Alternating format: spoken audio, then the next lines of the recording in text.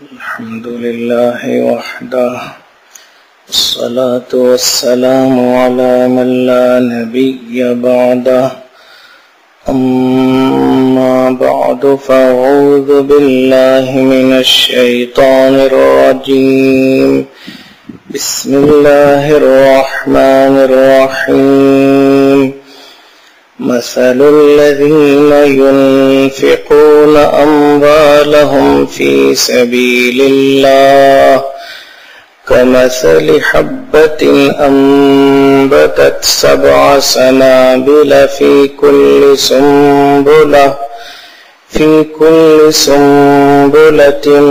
100 حبة والله يضاعف لمن يشاء واللہ واسع علیم صدق اللہ العظیم۔ بزرگان محترم، برادران گرامی، رمضان المبارک کے اس مقدس مہینے میں دوسری اہم عبادت زکوٰۃ ہے۔ ویسے زکوٰۃ کا رمضان سے کوئی تعلق نہیں، زکوٰۃ تو فرض ہوتی ہے سال گزرنے پر۔ جب بھی سال گزرے اپنے مال پر، خواہ شوال میں خواہ ذی قعدہ میں، تو زکوٰۃ فرض ہو جاتی ہے۔ لیکن عام طور پر 90% مسلمانوں نے اپنی زکوٰۃ کے لیے ماہ رمضان کو طے کیا ہے، اور ایک اعتبار سے یہ بہتر بھی ہے کہ اللہ تبارک و تعالی اعمال کی قیمت بڑھا دیتے ہیں، عبادت کی قیمت بڑھا دیتے ہیں۔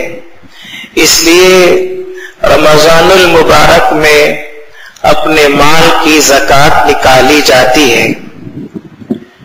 سب سے پہلے یہ سمجھنا چاہیے کہ اللہ تبارک و تعالی نے یہ جو زکوٰۃ فرض فرمائی ہے اور زکوٰۃ کو واجب قرار دیا ہے، یہ اللہ تبارک و تعالی کا بہت بڑا احسان ہے۔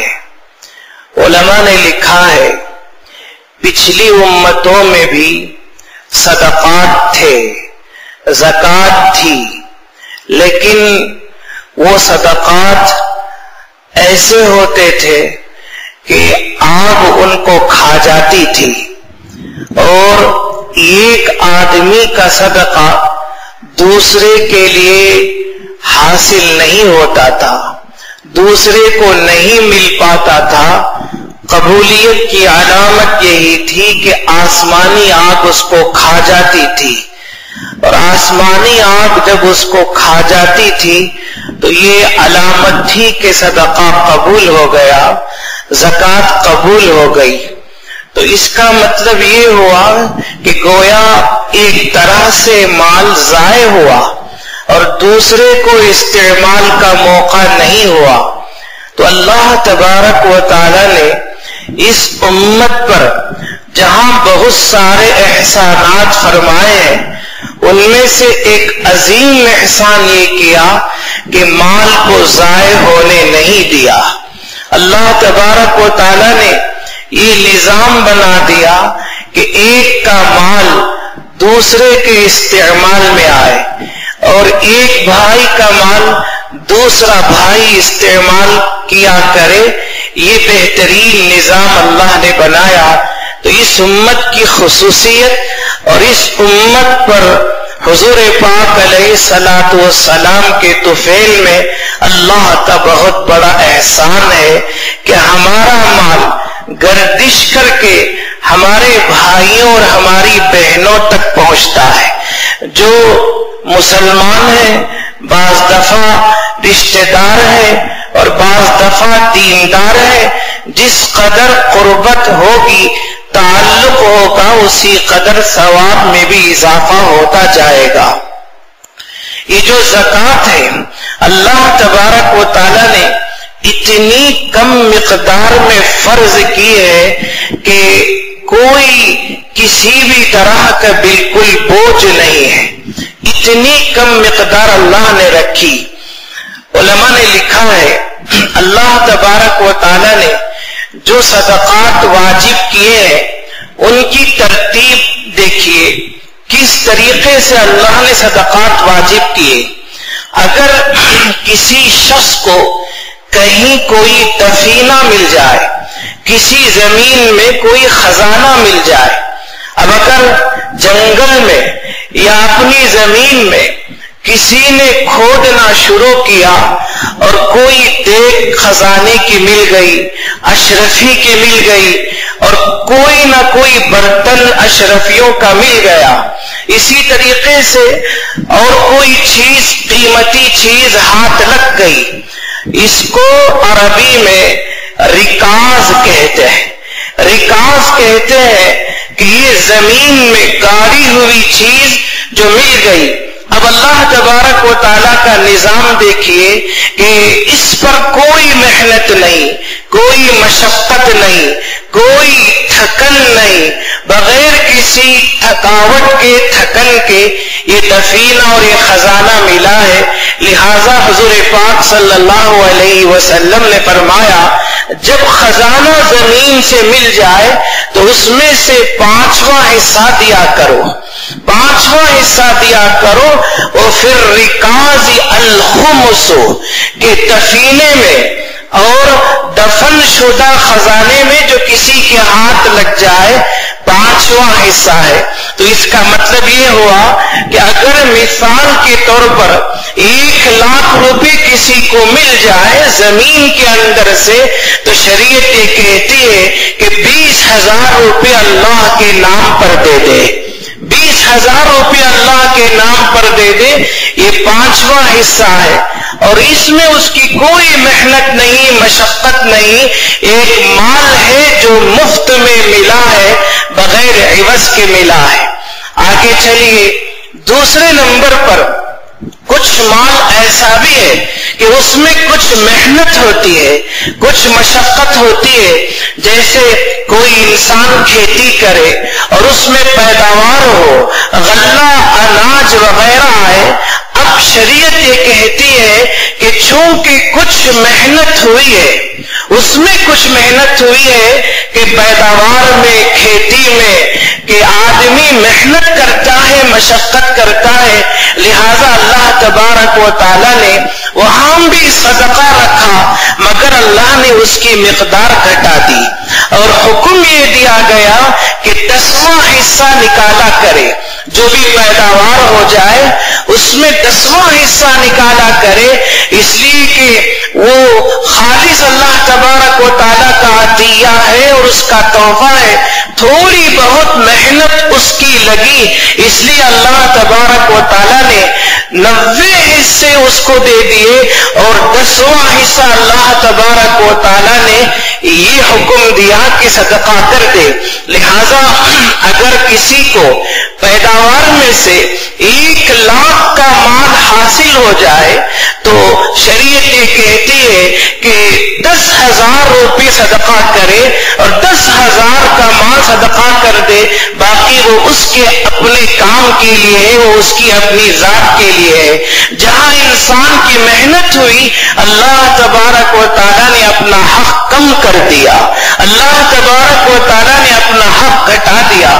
اب آگے چل کر اور دیکھتے ہیں، تیسری صورت یہ ہے کہ انسان اپنے پیسوں سے اور جو کچھ اللہ نے اس کو دیا ہے اس سے محنت کرتا ہے، تجارت کرتا ہے، کاروبار کرتا ہے، تو چونکہ تاجر کو مستقل محنت کرنی پڑتی ہے، اگر جسمانی محنت کم بھی ہو لیکن دماغی محنت مستقل اس کو کرنی پڑتی ہے کہ یہ مال کہاں سے لیا جائے، کہاں دیا جائے، کیسے لیا جائے، اور جب تک اس کا نفع کھل کر اس کے ہاتھوں میں نہیں آتا اس کو چین نہیں ملتا، اس کو سکون حاصل نہیں ہوتا۔ تو تاجر کی صبح اور شام، اس کا دن اور اس کی رات گویا محنتوں کے اندر گزرتے ہیں۔ تو چونکہ زیادہ محنت ہوتی ہے، اللہ تبارک و تعالیٰ نے اپنا حصہ اتنا گھٹا دیا، اتنا کم کر دیا۔ اللہ تبارک و تعالیٰ نے فرمایا کہ اب صرف 40واں حصہ دیا کرو، یعنی 2.5%۔ تو اس کا مطلب یہ ہوا کہ پہلے اگر دفینہ ملتا تو 20,000 روپے اور پیداوار میں سے 10,000 روپے، مگر 40واں حصہ واجب کر کے اللہ تبارک و تعالیٰ نے اتنی کم مقدار رکھی ہے صدقہ اور زکات کی کہ اگر کسی کو نفع میں 1,00,000 روپے حاصل ہو تو حکم دیا گیا کہ صرف 2,500 روپے صدقہ کیا کرے۔ اب بتائیں یہ 2,500 روپے 1,00,000 کے سامنے کیا حیثیت رکھتے ہیں اور ان کا کیا مقام ہے؟ اور یہ جو 1,00,000 روپیہ یا 2,00,000 روپے 3,00,000 روپے جو بھی نفع میں آتے ہیں، جتنا بھی پیسہ ہے یہ خالص اللہ کا دیا ہوا ہے۔ قرآن پاک کھولیے اور پڑھیے، اللہ تبارک و تعالیٰ نے جا بجا یہ بات اللہ نے بتائی، وَمِمَّا رَزَقْنَاهُمْ يُنْفِقُونَ وَمِمَّا رَزَقْنَاهُمْ يُنْفِقُونَ، جو ہم نے دیا ہے، جو مال ہم نے دیا ہے اس میں سے خرچ کرتے ہیں۔ یعنی وہ مال جب پیدا ہوئے تو اپنے ساتھ لے کر نہیں آئے، پیدائشی طور پر کوئی مال لے کر نہیں آیا، خالی ہاتھ آیا۔ اللہ تبارک و تعالیٰ نے موقع دیا، اللہ تبارک و تعالیٰ نے دماغ دیا، اللہ تبارک و تعالیٰ نے عقل دی، اللہ تبارک و تعالیٰ نے ذرائع پیدا فرمائے، اسباب پیدا کیے اور اس کے لیے سامان مہیا کیے۔ جب اتنی ساری چیزیں جمع ہوئی تو انسان کی تھوڑی سی محنت خرچ ہوئی تو اللہ کی طرف سے حکم ہوا کہ 2.5% 40واں حصہ وہ نکالا کرے۔ تو یہ اتنی تھوڑی سی مقدار ہے، اتنی معمولی مقدار ہے کہ انسان اگر خوشی سے نکالے تو اللہ تبارک و تعالیٰ کے یہاں ایک تو اس کا مقام بڑھے گا اور اس کی ایمان کی دلیل ہوگی۔ علماء نے لکھا ہے چونکہ انسان کو مال سے محبت ہوتی ہے اور انسان کو اور خاص طور پر مسلمان کو اللہ سے بھی محبت ہے، اللہ سے بھی محبت ہے۔ کون مسلمان ہے جو یہ کہے کہ مجھے اللہ سے محبت نہیں؟ یہ تو کفر ہے اور ناجائز ہے اور حرام ہے جو کہتے کہ مجھے اللہ سے محبت نہیں۔ ہر مسلمان کو اللہ سے محبت ہے اور محبت پوری ہونی چاہیے۔ تو اللہ تبارک و تعالیٰ نے اپنی محبت کے لیے اپنے بندوں سے دلیل مانگی۔ تم جو محبت کا دعویٰ کرتے ہو اور محبت کی باتیں کرتے ہو اس کے لیے دلیل لاؤ۔ دلیل یہی ہے کہ مال سے بھی انسان کو محبت ہے اور اللہ سے بھی محبت ہے، لہذا حکم دیا گیا کہ جس سے زیادہ محبت ہے انسان کا یہ طریقہ ہے اور اس کے مزاج میں یہ بات ہوتی ہے کہ جس پر محبت ہوتی ہے وہ اپنی محبوب سے محبوب چیز کو اس پر قربان کر دیتا ہے، لٹا دیتا ہے، بے دریغ بہا دیتا ہے، وہاں گنتا نہیں، حساب نہیں کرتا اور کسی طریقے سے کسی بھی گنتی کو وہاں دخل ہونے نہیں دیتا۔ یہ انسان کا طریقہ ہے۔ اب اللہ تبارک و تعالیٰ فرماتے ہیں جب مجھ سے محبت کا دعویٰ ہے اور مال سے بھی محبت ہے، لہذا میں کہتا ہوں کہ جب میری محبت ہے تو محبوب سے محبوب چیز کو میرے لیے قربان کر دو اور میرے نام پر قربان کر دو۔ تو یہ ہے کہ بہت تھوڑی سی چیز اللہ تبارک و تعالیٰ نے مانگی۔ اگر اللہ تبارک و تعالیٰ یہ فرماتے کہ ہم تمہیں جو کچھ دیتے ہیں اپنی ضروریات کی حد تک استعمال کر کے باقی سب صدقہ کرو، تو یہ حکم بھی بالکل عقل کے عین مطابق تھا، بالکل عقل کے عین مطابق تھا، اس لیے کہ دینے والے مانگ رہے ہیں، لہذا اللہ تبارک و تعالیٰ کے حضور پیش کرنا یہ کوئی احسان نہیں، بلکہ یہ تو ایک لازمی بات ہے جو ہر انسان پر واجب ہے۔ لیکن اللہ تبارک و تعالیٰ نے بات یہ رکھی، حکم یہ دیا کہ صرف 40واں حصہ 1,00,000 روپے میں 2,500 روپے نکالنے ہیں، اور وہ بھی ہر وقت نہیں، سال جب مکمل ہو جائے، سال جب پورا ہو جائے، وہاں بھی شریعت یہ کہتی ہے کہ اپنی جتنی اہم ضروریات ہیں جن کو شریعت ضرورت کہتی ہے، انسان جس کو ضرورت کہے وہ نہیں، شریعت جس کو ضرورت کہتی ہے وہاں بھی اپنا خرچ کرے، اور اپنے مال میں سے تمام ضرورت کے مواقع پر، موقعوں پر خرچ کرنے کے بعد، سال بھر ہونے کے بعد جو زائد مال ہے اس میں سے اللہ تبارک و تعالیٰ کا حکم ہے کہ 40واں حصہ نکالا جائے۔ علماء نے خاص طور پر ابو حامد امام محمد غزالی رحمہ اللہ نے بڑی اونچی بات لکھی ہے۔ امام غزالی رحمہ اللہ فرماتے ہیں صدقات کے 3 درجے ہیں، صدقات کے، اللہ کے لیے دینے کے، اللہ کے راستے میں دینے کے 3 درجات ہیں۔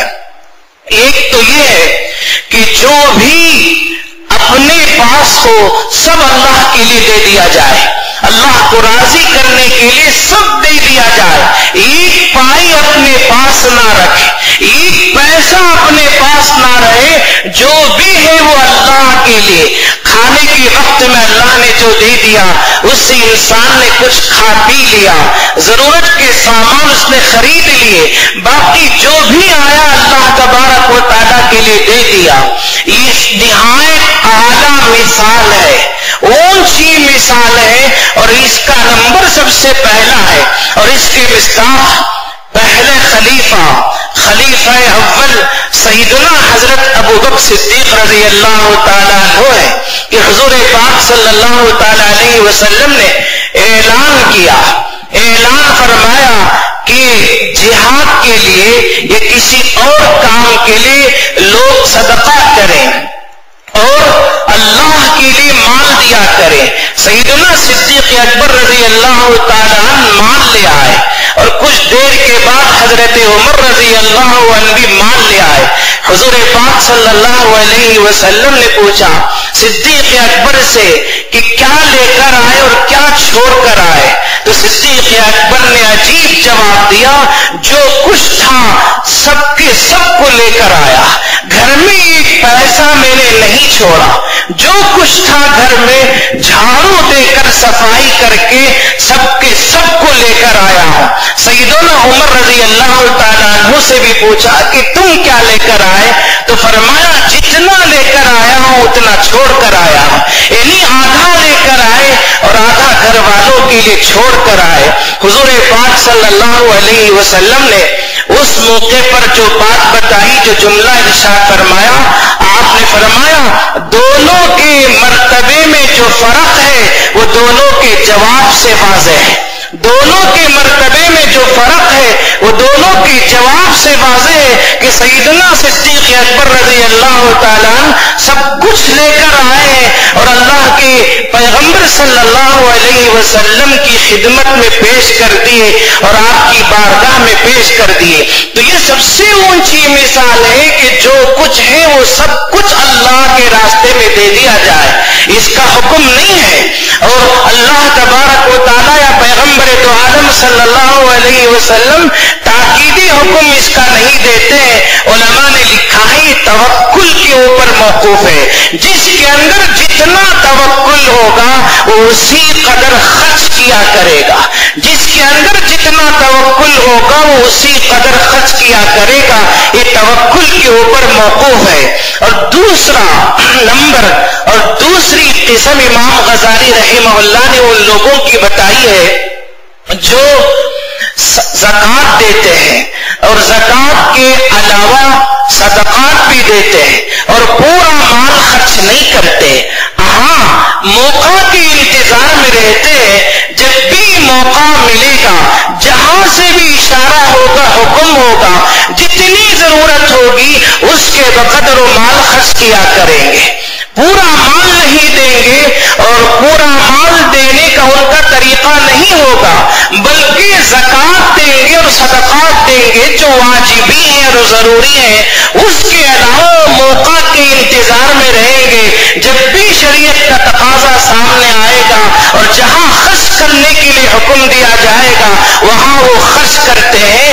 گویا زکوٰۃ و صدقات دے کر انتظار میں رہتے ہیں اللہ کا حکم ہو تو ہم دیں، اور جتنا دینے کے لیے کہا جائے اتنا دیا جائے. یہ دوسرے لوگوں کی بات ہے اور یہ دوسری مثال ہے. آگے امام غزالی رحمہ اللہ نے تیسری مثال لکھی کہ تیسری قسم ان لوگوں کی ہے جو نہ پورا مال دیتے ہیں اور نہ ہی موقع کے انتظار میں رہتے ہیں. صرف زکوٰۃ واجبہ یعنی جو فرض زکوٰۃ ہے اور جو صدقات واجب ہیں بس اتنا ہی وہ دیا کرتے ہیں. جو فرض ہے جو واجب ہے بس اتنا ہی وہ دیا کرتے ہیں، اس سے زائد نہیں دیتے، اس سے زائد ایک دانہ بھی نہیں دیتے. ہاں زیادہ نہیں دیتے ہیں تو کم بھی نہیں کرتے، کم بھی نہیں کرتے. شریعت کا جو حکم ہے اس کو پورا کر دیتے ہیں. یہ تیسری مثال ہے. یہ کہہ کر امام غزالی رحمہ اللہ لکھتے ہیں کہ اگر پہلی قسم کی مثال اپنے اندر پیدا نہیں کر سکتے تو کم سے کم دوسری قسم کی ادنا قسم میں شامل ہو جاؤ. دوسری قسم کی ادنا قسم میں شامل ہو جاؤ کہ زکوٰۃ کے موقع پر زکوٰۃ دیا کرو، اور جو واجب صدقات ہیں جو ضروری چیزیں ہیں ان کو ادا کیا کرو، اور جہاں بھی کوئی موقع ہو تو ادنا سے ادنا تو خرچ کیا کرو، تاکہ حضور پاک صلی اللہ علیہ وسلم کا جو فرمان ہے ان فی المال لحقا سوی الزکوٰۃ کہ مال میں زکوٰۃ کے علاوہ بھی حقوق ہے، مال میں زکوٰۃ کے علاوہ بھی حقوق ہے. حضور پاک صلی اللہ تعالی علیہ وسلم نے یہ بات بتائی. لہذا ایک مسلمان کی یہ ذمہ داری، اس کی یہ صفت ہونی چاہیے کہ وہ زکوٰۃ تو کم سے کم صحیح معنی میں پوری کی پوری نکال دیا کرے. زکوٰۃ تو پوری کی پوری نکال دیا کرے. دارالعلوم دیوبند کے سابق محتمم حضرت قاری محمد طیب صاحب رحمۃ اللہ علیہ عجیب بات لکھتے ہیں، فرماتے ہیں یہ جو ہم لوگوں کے اوپر سرکاری ٹیکس ہے، گورنمنٹ کے جو ٹیکس ہے، حضرت قاری صاحب رحمہ اللہ فرماتے ہیں یہ سزا ہے اللہ کی طرف سے زکوٰۃ میں کمی کرنے کی. یہ سزا ہے رب تعالیٰ کی طرف سے زکوٰۃ میں کمی کرنے کی. ورنہ کسی کو کیا مجال ہے کہ وہ کسی کے مال میں کوئی غلبہ حاصل کرے. کسی کے مال میں کوئی کیسے غلبہ حاصل کر سکتا کہ شریعت نے یہ حکم دیا کہ 2,500 دے دو 1,00,000 میں سے. جب لوگوں نے اس سے بھی جی چھڑایا اور چوری لوگ کرنے لگے تو ٹیکس واجب ہو گیا کہ جتنا کمایا اس کا آدھا دیا کرو، اور زبردستی وصول اس کو کیا گیا اور اس کو وصول کیا جا رہا ہے. تو یہ گویا سزا ہو رہی ہے اللہ تبارک و تعالیٰ کی طرف سے. اس لیے کہ کسی بندے کو بندے پر طاقت کا کسی کو کوئی اختیار نہیں جب وہ اللہ کا حق ادا کرتا ہے. جب وہ اللہ کا کما حق ادا کرے گا تو کوئی کسی پر غلبہ پا نہیں سکتا. تو قاری صاحب رحمہ اللہ نے بڑی زبردست بات بتائی کہ ہم سب کو سوچنا چاہیے کہ ہم کیا کر رہے ہیں. اور بڑی اہم بات یہ ہے آج دنیا بارش کو ترس رہی ہے، پانی کو ترس رہی ہے، قطرہ کو ترس رہی ہے کہ بارش ہو جائے. لیکن بہت سی حدیثوں میں یہ بات بتائی گئی کہ رب تعالیٰ بارش روکتے ہیں زکوٰۃ نہ دینے کی وجہ سے. بہت سی روایتوں میں یہ بات ہے زکوٰۃ کا حق کو اگر ادا نہ کی جائے گی تو رب تعالیٰ بارش روک لیتے ہیں. اور یہ بھی مضمون حدیث میں بیان کیا گیا اگر یہ جانور نہ ہوتے تو یہ قطرہ بھی اللہ نہ برساتے. یہ جانور نہ ہوتے تو گویا جانوروں کے طفیل میں ہماری زندگی ہے اور ہمارا جینا ہے اور ان کے فعل میں ہم جی رہے ہیں تو اس لیے سوچنے کی ضرورت ہے، غور و فکر کا مقام ہے کہ ہم کیا کر رہے ہیں اور ہم کو کیا کرنا چاہیے۔ اس لیے کم سے کم زکوٰۃ تو صحیح معنی میں نکالیں، جو حکم شریعت مطہرہ کا ہے اس پر کما حق عمل کی کوشش کریں۔ اللہ تبارک و تعالیٰ فرماتے ہیں جیسا کہ آیت پڑھی گئی سورۃ البقرہ کی، مثل الذین ينفقون اموالهم فی سبیل اللہ کمثل حبۃ، جو لوگ اللہ کے راستے میں اللہ کے لیے اپنے مالوں کو خرچ کرتے ہیں، اللہ کے لیے خرچ کرتے ہیں، فی سبیل اللہ کمثل حبہ، اللہ نے اس کو مثال سے سمجھایا جیسے کوئی گیہوں کا ایک بہترین دانہ زمین میں بوئے، کمثل حبۃ انبتت، گیہوں کا ایک بہترین عمدہ دانہ زمین میں بوئے تو اس سے گیہوں کا پودا نکل آئے، اس پودے سے 7 خوشے ہو جائے، 7 بالیاں نکل آئے اور ہر بالی میں 100 دانے ہو، کمثل حبۃ انبتت 7 سنابل فی کل سنبلۃ 100 حبہ، کہ ہر بالی میں اور ہر دانے میں 100 دانے ہیں، یعنی ہر خوشے میں 100 دانے ہیں، تو 7 کو 100 سے اگر ضرب دیتے تو 700 بنتے ہیں۔ تو رب تعالیٰ فرماتے ہیں کہ اگر کوئی 1 روپیہ خرچ کرتا ہے ہم اس کو 700 روپے خرچ کرنے کا ثواب دیتے ہیں، 700 روپے خرچ کرنے کا اس کو ثواب دیتے ہیں۔ اور آگے فرمایا اتنا ہی نہیں، واللہ یضاعف لمن یشاء، اخلاص پر اور بھی اضافہ ہوگا، اخلاص پر اور بھی اضافہ ہوگا۔ اسی لیے فرمایا صحابہ جو 1 سیر یا آدھا سیر خرچ کرے وہ احد پہاڑ سے بھی زیادہ ہے، وہ احد پہاڑ سے بھی زیادہ ہے، اس لیے کہ صحابہ کے اخلاص کا کوئی مقابلہ کبھی کر نہیں سکتا۔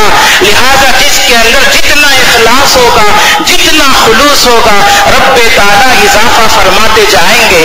اس لیے زکوٰۃ کی بڑی اہمیت اور اس کی فضیلت ہے اور اس کی حقیقت ہے، اور حدیث میں یہ بھی آتا ہے کہ ایک دن وہ بھی آئے گا آدمی اپنا مال لے کر نکلے گا، اپنا مال لے کر نکلے گا اور ایک آدمی کو محتاج سمجھ کر زکوٰۃ یا اپنا صدقہ پیش کرے گا تو یہ کہے گا کہ بھائی اگر تم کل دیے ہوتے میں لے لیتا، آج مجھے ضرورت نہیں ہے، آج مجھے اس کی ضرورت نہیں ہے۔ کہیں وہ دن نہ آئے کہ زکوٰۃ کا انکار ہو جائے کہ اب اس کی ضرورت نہیں، ہم خود مستغنی ہو چکے ہیں، رب تعالیٰ نے ہم کو دے دیا ہے۔ اسی لیے علماء نے لکھا ہے کہ زکوٰۃ ادا کر کے اللہ کا شکر ادا کیا جائے، زکوٰۃ ادا کر کے صدقات دے کر۔ اور حدیث میں آتا ہے حضور پاک صلی اللہ تعالی علیہ وسلم اور دنوں میں تو بہت دیتے تھے، لیکن جب رمضان آتا، رمضان کے مہینے میں اللہ کے نبی اتنا دیتے جیسے کوئی زوردار آندھی اور زوردار ہوا چلتی ہے۔ حضور پاک صلی اللہ تعالی علیہ وسلم کا مبارک ہاتھ یوں چلا کرتا تھا۔ اس لیے حضور پاک صلی اللہ علیہ وسلم کی سیرت میں اور آپ کی زندگی میں ہمارے لیے مثال اور سبق ہے۔